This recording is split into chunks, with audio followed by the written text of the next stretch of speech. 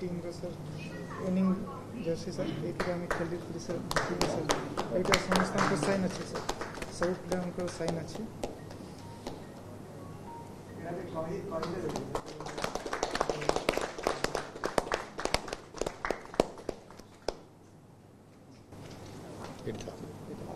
Sir Paris Olympics gold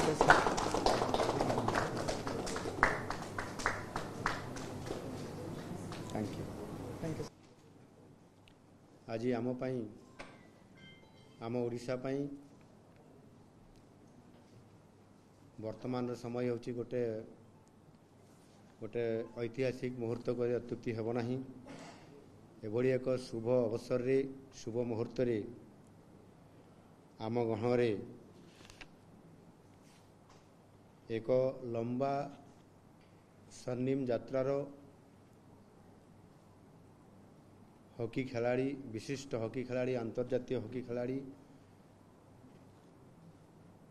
Amit Rohidas आज आम गहण एठी उपस्थित अछंती।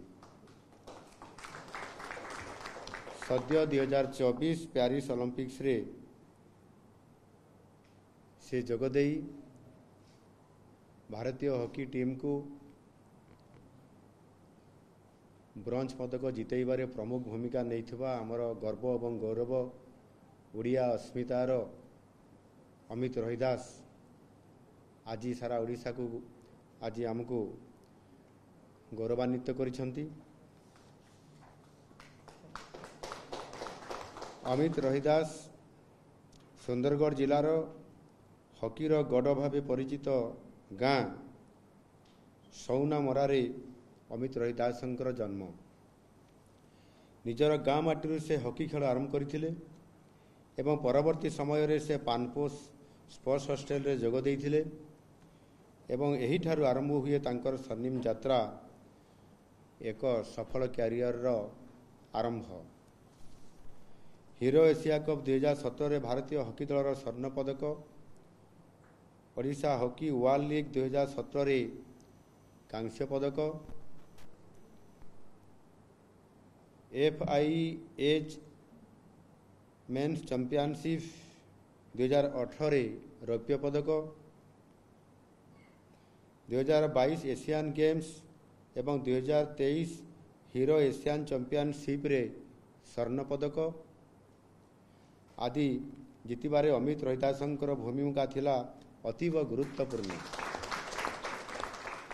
भारतीय हॉकी दलर एक सुदृढ़ क्रीड़ाविद भाव से भारतीय हॉकी टीम को टोकियो ओलंपिक्स 2020 रे कांस्य पदक एवं कॉमनवेल्थ गेम्स 2022 रे रौप्य पदक जिताई।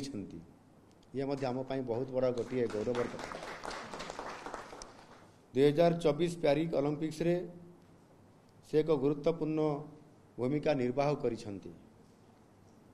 एई निकट रे हेइतिबा पेरिस ओलंपिक्स रे से आज सकाळे से नवा दिल्ली रे एठी पहुंची छंती एवं यही जो ओलंपिक्स रे होइतिबा मैच रे से स्पेन को हराई भारत पाई कांस्य पदक हासिल करिसेंती।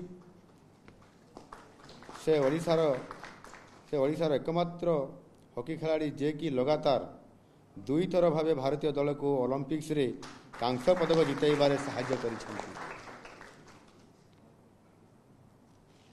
अमित रोहिदास आम ओडिया पुओ, आम गर्व एवं आम गौरव। आमको आज से गर्व गौरव आनी देइछंती।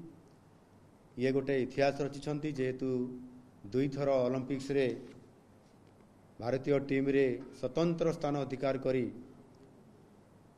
भारत को कांस्य पद जितेबारे ये कथा जहाँ मु रखिली वास्तविक आज बड़ ये सफल नेतृत्व आम ओडिया अस्मिता को से आज विश्व दरबार में पहुँचाई पारिछंती। एणु निश्चित भाव आम आउ थे जोरदार करताली देकी स्वागत करिया।